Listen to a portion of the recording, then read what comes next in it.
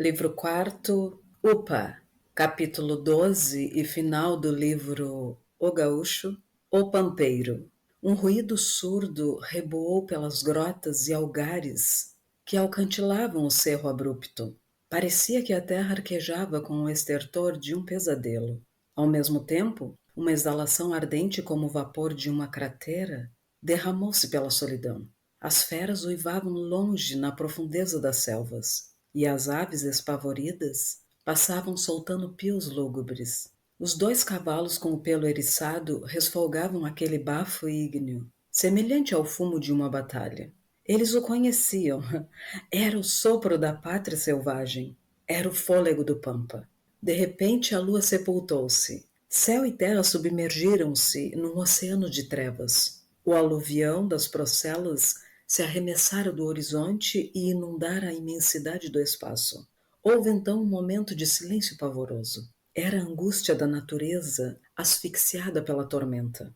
Afinal ribombou o trovão na vasta abóbada negra, sobre a qual o relâmpago despejava cataratas de chamas. Não era uma tempestade, mas um turbilhão de tempestades, bacantes em delírios que tripudiavam no céu. Como os touros acossados pelo gaúcho arremetem com fúria e rompem a selva bramindo.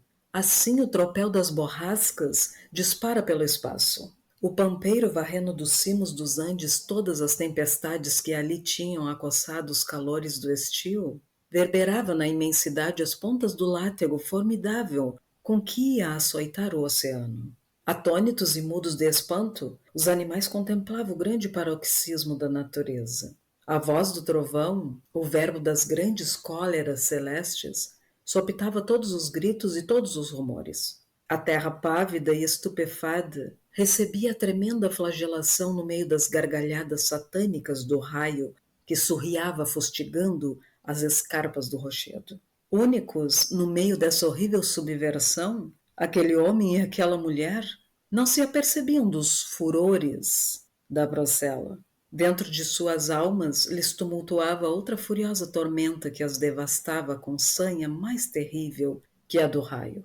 Abraçada aos pés do gaúcho, Catita murmurava: Nunca amei, senão a ti, Manuel. Eu juro, não digo isto para que me perdoes.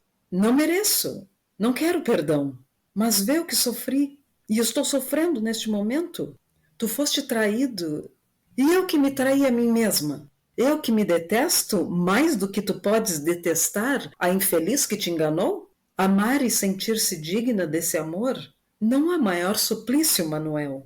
A alma do canho se crispava, semelhante ao mísero que, tomado de vertigem à beira do precipício, se estorce e contrai para escapar à fascinação do abismo, e debalde estende as mãos convulsas em busca de algum frágil apoio. Com os olhos fitos no semblante da moça, que os relâmpagos cingiam de uma auréola fúlmine, a alma do gaúcho se arrojava de novo nas torturas atrozes por que passara durante os últimos dias, esperando assim subtrair-se à irresistível atração desta mulher, a quem amava ainda, mas com assomos de furor.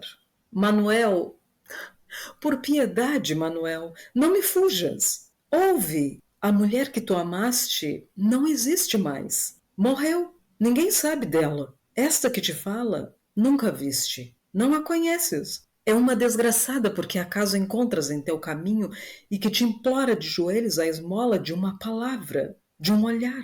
Não te pede senão compaixão para este desespero com quem te ama. Que te custa? Deixa-me seguir-te até o deserto. Quando minha presença te aborrecer um dia, atira-me, ou deixa-me no rancho abandonado, onde nunca mais voltarás, mas onde eu ficarei te esperando sempre, até morrer consumida pela doce esperança. Durante esta súplica férvida e soluçante, Manuel lutava com a comoção que o invadia.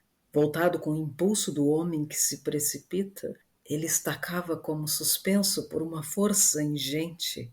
Entretanto, o que detinha era apenas a mão frágil de uma mulher. Afinal, cedendo à fascinação, curvou-se lentamente para a Catita, que viu ressombrar-lhe na fisionomia o sussurro da alma. Ah, tu és bom! Tens dó de mim?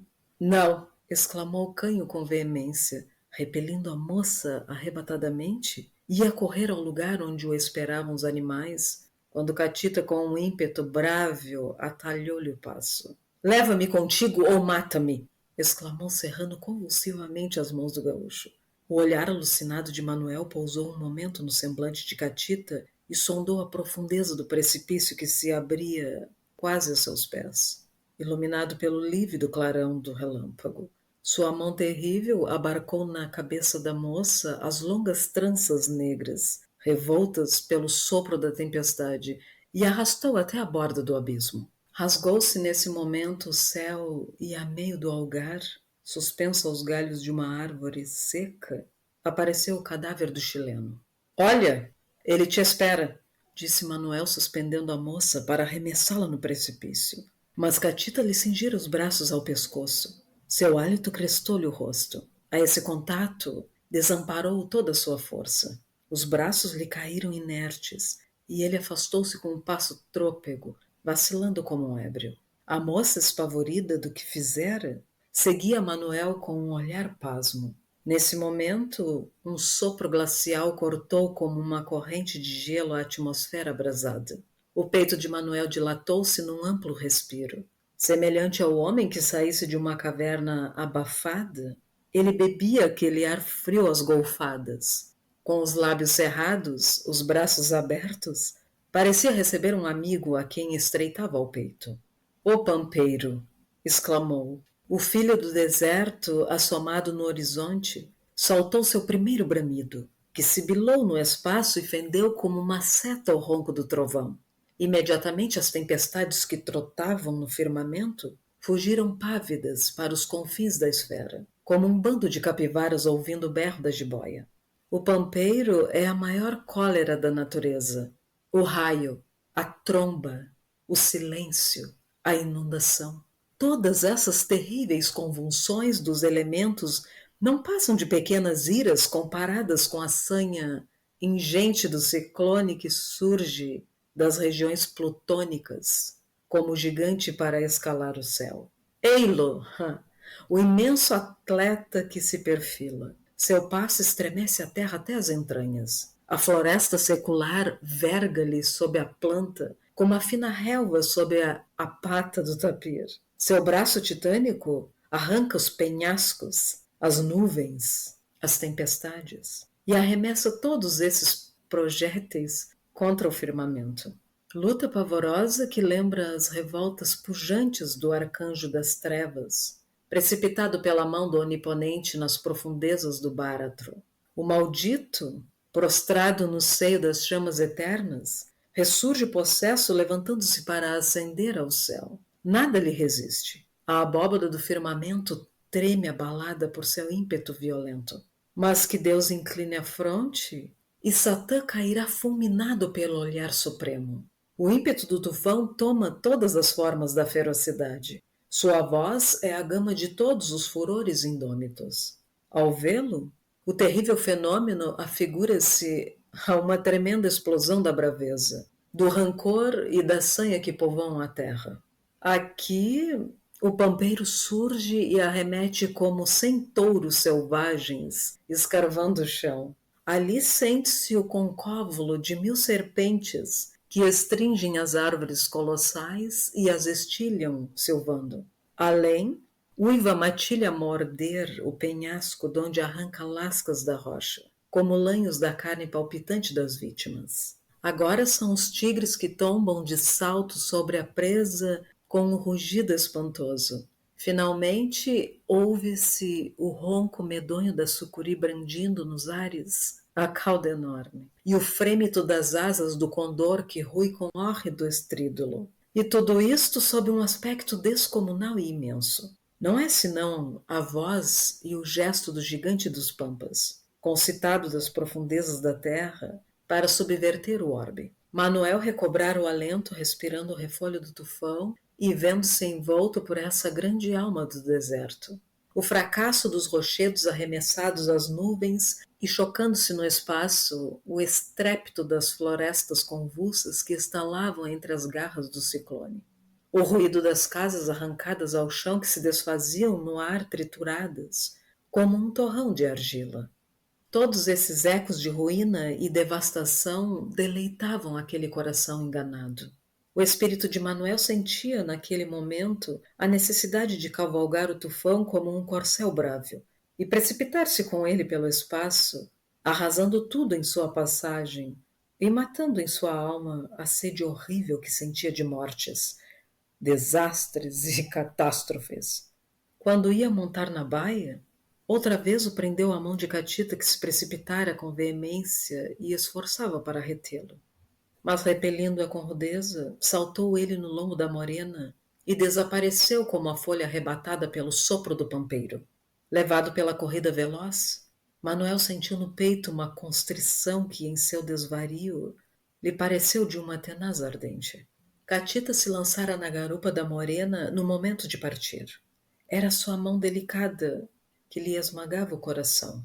Sem forças para desprender-se daquela cadeia, queimando-se ao tépido contato do talhe voluptuoso da moça que estreitava-se com ele, o gaúcho soltou um bramido, como se chamasse em socorro o seu pampeiro, e precipitou-se numa corrida louca e esvairada, cuidando fugir assim ao tormento. Mas abriu-se diante a face escancarada do abismo. O pálido clarão da lua, surgindo dentre as brumas da procela, iluminou o alcantil que sumia-se pelo antro profundo. Agarrado a uma ponta de rochedo à borda do despenhadeiro, via-se o busto de Félix com a faca nos dentes, lutando com o tufão e devorando com os olhos a distância que ainda o separava do gaúcho. A morena ia estacar. Manuel, reclinando-se ao pescoço, gritou-lhe: Upa! Ouviu-se um anseio, um estridor de ramos partidos, o baque de um corpo no fundo do algar, o estrupido de um galope ao longe, e a voz formidável do ciclone cobriu todos esses pequenos rumores. Súbito, porém, como se o filho do Pampa só houvesse deixado as estepes nativa para buscar o gaúcho e levá-lo ao deserto, a natureza quedou-se. Cadáver depois da tremenda agonia. O sol despontava. A manhã límpida e serena esparziu a doce luz por aquela terra convulsa. No meio dos sobejos das borrascas, entre as estilhas dos troncos seculares, as farpas de rochedo e o solo revolto, o tenro grelo da semente rompia o seio da terra, e a flor azul de uma trepadeira estrelava suas pétalas aveludadas. Fim. Chegamos ao fim da leitura do livro Gaúcho. Eu gostaria de agradecer a todos os inscritos neste canal, deixar aqui a minha gratidão e nos vemos em uma outra leitura. Muito obrigada.